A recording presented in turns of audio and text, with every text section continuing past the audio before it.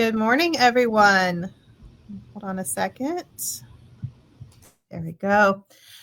So welcome to an episode of Coffee Break with Card, La Hora del Cafecito sister show. I'm obviously not Lourdes. My name is Olivia McDonald, and I would like to welcome you to the show. Coffee Break with Card is a program dedicated to all of those in our community who are living with autism, to their family members, and to all those who support them.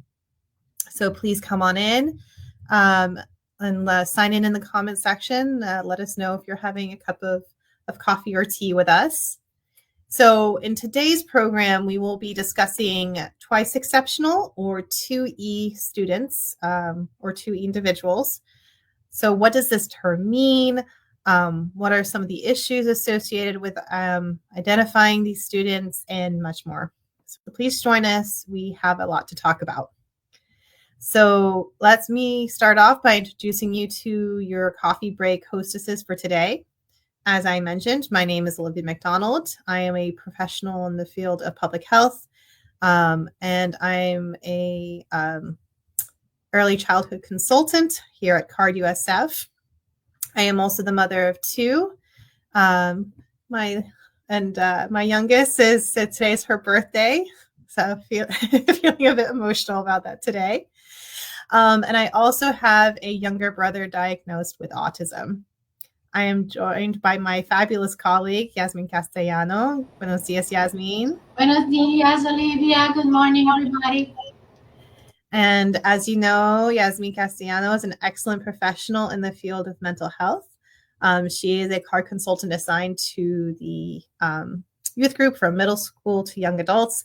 And she is the mother of three, one of whom is diagnosed with autism. Welcome, Yasmin. Thank you, Olivia. Lourdes is away at a conference, but she will be back with us for our next episode. Yeah, she's in Puerto Rico. I know. Don't feel bad about for Lourdes. Party on the beach, and well, I hope because she's in a conference. Usually, when you're in a conference, you don't have time for nothing. But now she needs to make time and enjoy herself. Yes. So before we get started, we want to review the rules we want to adhere to during this programming to ensure a safe environment for us all. So please remember to keep an open mind, a positive attitude, and to use respectful language.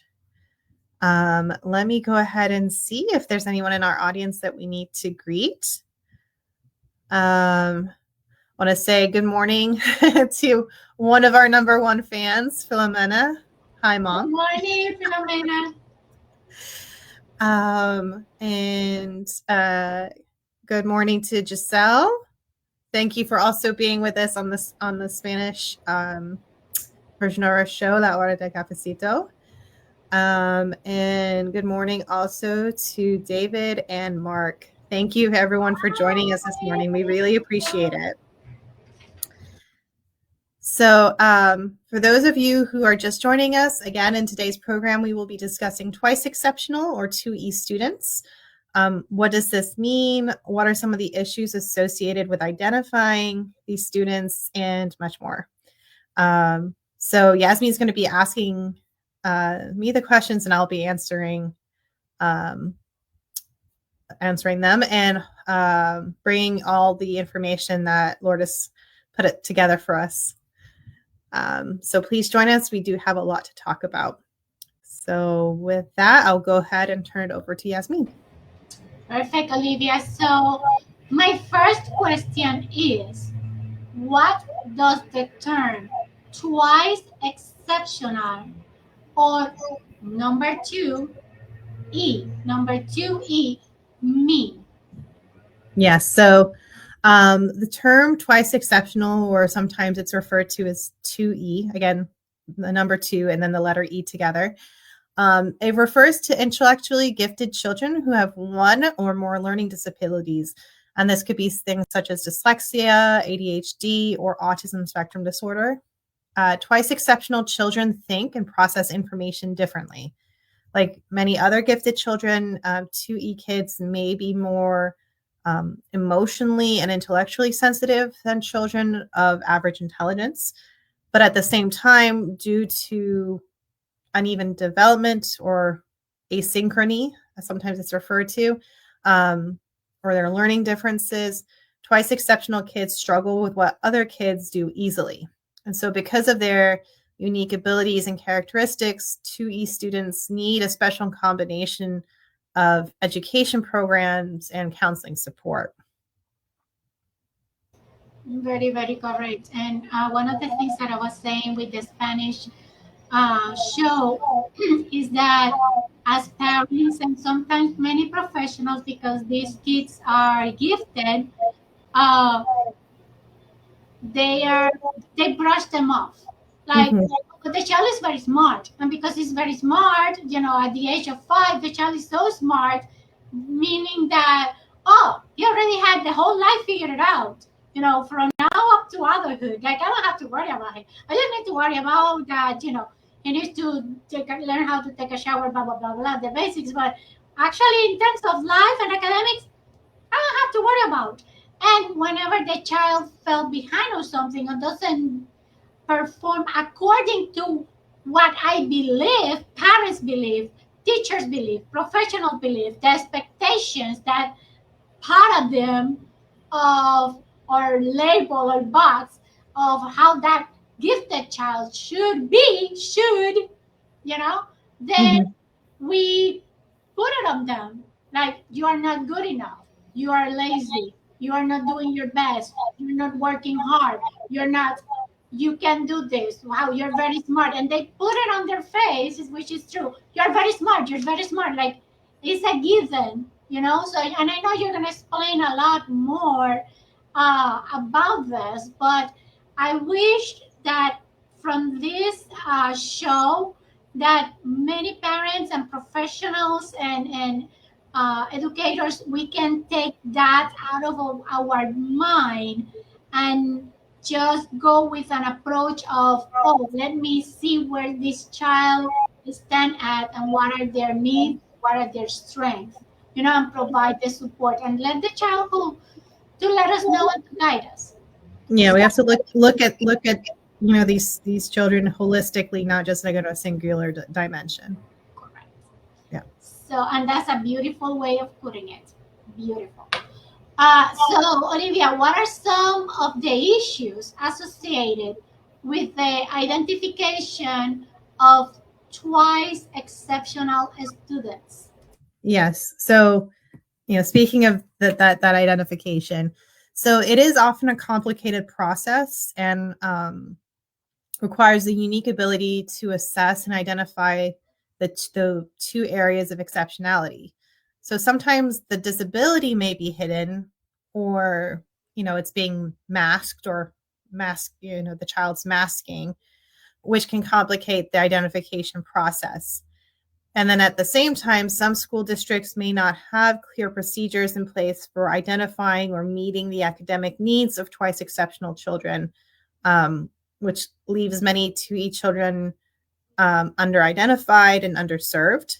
So according to NAGC's report on twice exceptionality, 2E kids may fall under one of these three categories. So the first being students identified as gifted, but do not have an identified disability.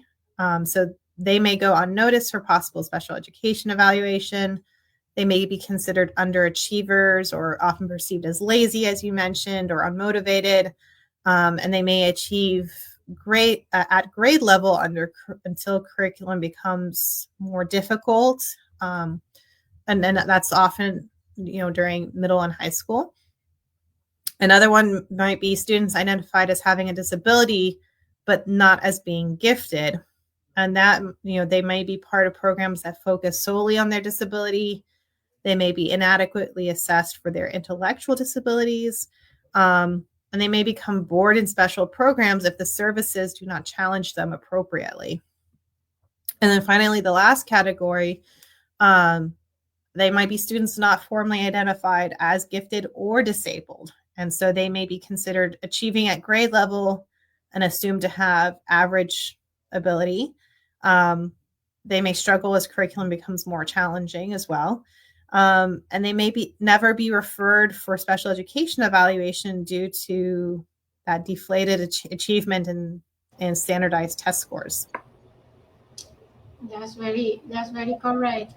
And so, Olivia, what do you think are some of the characteristics of twice exceptional students? So some of the common characteristics, they might, again, have that outstanding critical thinking and problem solving skills. It's very common to have some sensory issues, so a hypersensitivity to sounds, tastes, smells, or any of the other senses. They tend to be extremely curious, especially about their topic of interest, their special interest. They could have, they can develop some low self-esteem due to perfectionism.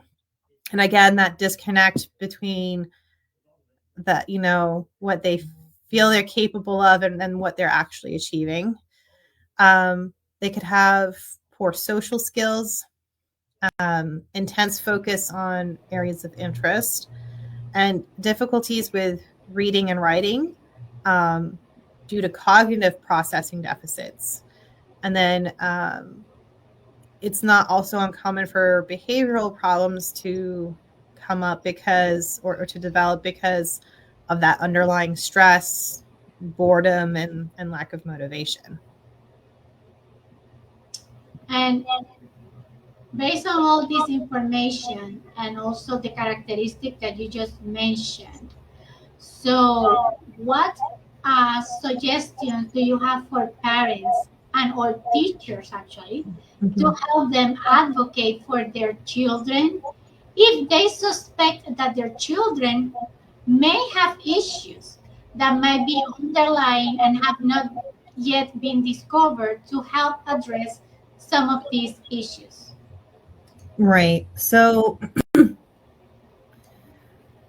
2E kids need a supportive learning environment that helps them reach their full potential. So this involves finding the right twice exceptional school or program that addresses both their giftedness and the disability. So 2E students should still be adequately challenged despite their learning difficulties. And the best results are often achieved through through first that appropriate identification and then having an individualized approach to education. So here are some strategies for supporting 2E students. So one would be to develop and implement individualized education programs based on their interests and talents, accommodating both their academic strengths and academic weaknesses, using a strengths-based approach that considers the whole child. Again, we want to be looking holistically. I mean, we should be looking holistically at all students, but especially these students. And then foster their social and emotional development. And again, especially if there are the issues of like the low self-esteem or the behavioral problems, allowing students to participate in enrichment programs and experiences, and then collaborating with other professionals in gifted education, special education, or counseling. It's sometimes it's different professionals will have different strategies or different ideas, and it's kind of that working together as a team to really create that individualized approach for the student. So a strengths-based approach considers, again, the whole child, recognizes a child first as a gifted individual who deserves opportunities to develop his or her talents and interests, and second, as a student who deserves the appropriate supports in areas of challenges so that he or she can fully demonstrate those talents and interests. So, by putting these strengths in the forefront, the children are building kind of these inner resources. They are building on these inner resources they already have. And this is what ultimately puts them in a better position to work on areas of difficulty and as a child grows in one area, other areas can follow. And as far as the identification piece, if you're a parent, kind of try to help trying to get your child identified as being 2E, it is important to work with a professional who's knowledgeable about twice exceptionality and can provide recommendations on how to appropriately address both the child's strengths and their weaknesses. So twice exceptional children's advocacy, or I think it's the acronym is pronounced as TICA, offers a searchable database of professionals who work with twice exceptional children and their families. So I definitely would recommend that. And if it's about trying to get just maybe like any kind of evaluation done, could always reach out to us here at CARD USF, and we can definitely help as well. Yep, definitely. And you will be sharing all these links and information in the comment section. Mm-hmm. Yeah. So the parents can have access to it. So, uh, I don't know if there's anything else that you would like to share with our audience. Yeah. So just a couple of other points. So kind of first is to understand that many children who are twice exceptional have uneven standardized test scores. So this is a very common profile, and it paints an accurate picture of the very definition of this condition. So some strong highs and significant lows. Often the learning disability depresses the gifted ability, so the child scores in the average range, or sometimes it could just be like a 98% in English and like 65% in math. Like it'd be just very very big differences, right? So keeping a journal of exceptionally capable behaviors you observe outside of school can be helpful. Lourdes also shared to ask that your child be able to participate in activities in his or her areas of strength. Be prepared to support the school's efforts to assist your child in her or his areas of need. And then, try to seek out the best available services for diagnosis based on neurological assessments rather than just, simple behavioral checklists. You really need to have like proper diagnosis combined with effective learning plans. And those two things together really go a long way toward learning success for your child. And then, find all the information you can about learning styles and share that information with your student. Help him or her learn how to use the areas of strength to compensate for tasks he or she finds particularly difficult.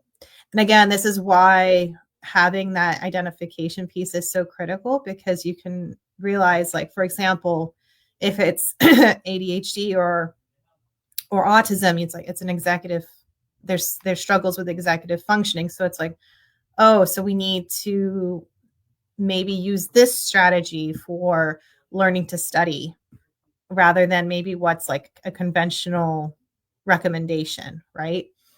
And that also will build on later on for them learning more complicated things and those self-advocacy skills. Advocate for your child to use any technology that increases his or her learning success. You can use technology that could definitely help improve your students' productivity. It's not cheating to use calculators, recorders, word processing, and spell check programs for a student with learning weaknesses. And we did also want to share with you the contact information for the new gifted education program specialist at the Florida Department of Education. Her name is Jenny Jones, and I will go ahead and share her information here in the chat. Let me see. I think it's going through. Okay. Yeah, so that was basically kind of all the information that we have prepared for today. But if you are watching this and you have any questions or comments, please feel free to put them in the comments section. Even if you're watching this after we get off the air, we do continue to monitor the comment section, and we will get back with you. And if we see one of your comments that gives us an idea for a new episode in the future, we will definitely be sure to give you credit on the air when we do develop that episode. So let me take a moment to see if we have any comments or questions at the moment. And it doesn't appear so. But again, if you guys do think of something later on, please feel free to put that there. I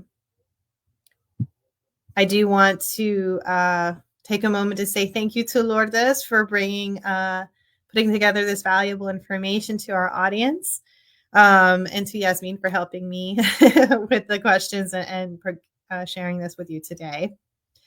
So I did also want to remind our audience that we are now airing again on the every third Friday. So our next episode is going to be on November 21st. And then this episode, we will be doing an episode about food therapy and culinary art. I know this is, Lourdes in particular has been very interested because this is one of her areas of passion. We have a special guest who's an occupational therapist, and she specializes in feeding therapy, and she's going to be teaching us how to use food to turn mealtime into fun time where art allows us to explore new textures, smells, and flavors, and hopefully opening up the possibility of overcoming food aversions and food fears, which I know a lot of our loved ones with autism struggle with. So please be sure to join us. You can't miss it. And that brings us to the end of the show. But before we go, as Lourdes likes to say, I want to ask a little favor. Let me go ahead and share that link in the comment section right now. It's just a quick survey, I think it's 6 questions, yes, no style. But it's very helpful because it allows us not only to know how we can better improve our trainings and presentations for you, but also allows us to kind of justify the time it takes to bring this information to you. So if you appreciate what we're doing, if you could please do that, we would greatly appreciate it too. And also, please don't forget to give us a like, share this video on your page or with someone you think would benefit from this information. And please meet us here on the third Friday of every month at 10:45-ish, depending on how long we talk over at Cafecito.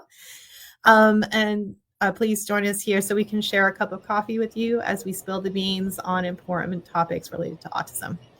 So until then, we'd like to wish you good vibes and hot coffee. Thank you, everyone. I hope you have a wonderful Friday and a great weekend. Bye-bye.